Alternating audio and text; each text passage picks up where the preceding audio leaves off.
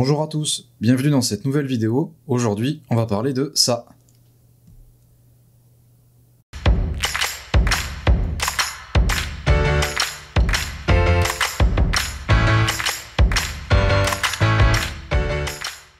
Il s'agit d'une commande sur mesure afin de faire un cadeau à une personne qui part à la retraite. Ce cadeau est donc pour une personne qui adore les taureaux et dont le métier était boucher. Donc avec ces éléments-là, on nous a laissé carte blanche et j'en profite pour remercier la cliente au passage qui nous a vraiment fait confiance pour ce projet. Elle nous a donné carte blanche en demandant de créer un objet qui symbolisait la vie de ce monsieur. Et donc après différents échanges et croquis, c'est cette version-là qui a été retenue, et on va voir de suite, de l'idée à l'objet, toutes les étapes qui se sont succédées. Let's go!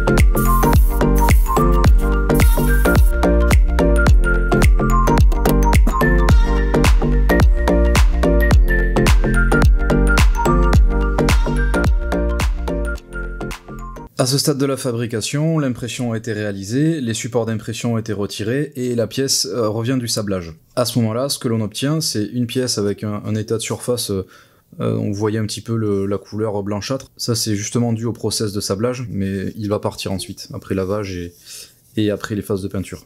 Ce qu'il nous reste à faire maintenant, c'est d'enlever tous les petits bouts de filament qu'il reste. Une fois qu'on aura donc enlevé ces petits résidus, on va pouvoir passer aux phases de finition de la pièce.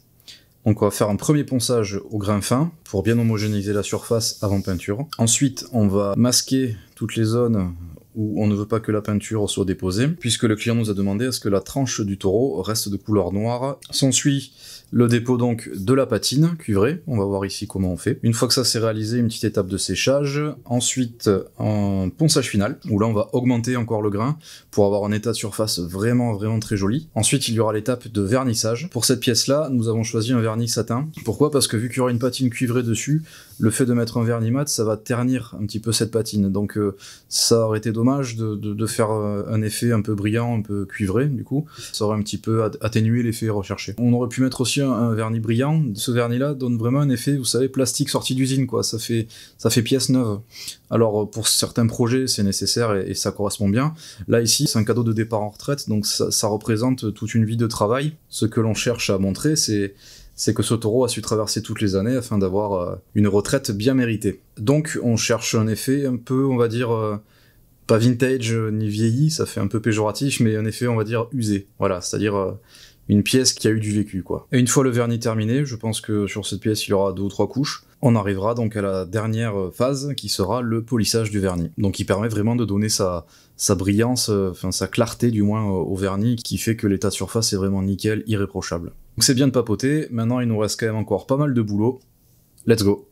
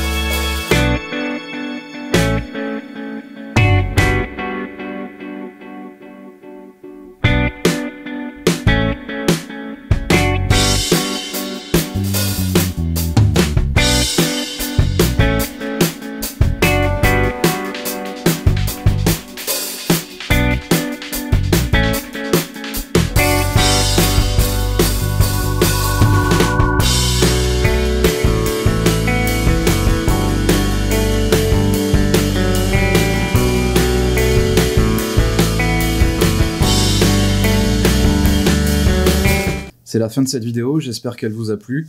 Aujourd'hui, on a vu un projet différent de ceux que l'on fait d'habitude.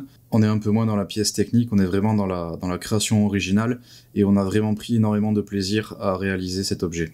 Donc l'impression 3D, ce n'est pas forcément que de la pièce détachée, ça peut aussi être une création de bout en bout, entre l'idée qu'on a, l'intention que l'on souhaite donner, et l'objet qui matérialise tout le chemin parcouru. Si ce projet vous a plu, n'hésitez pas à partager et à lâcher un petit pouce en bas de la vidéo. En attendant, prenez soin de vous et surtout, ne cessez jamais d'inventer.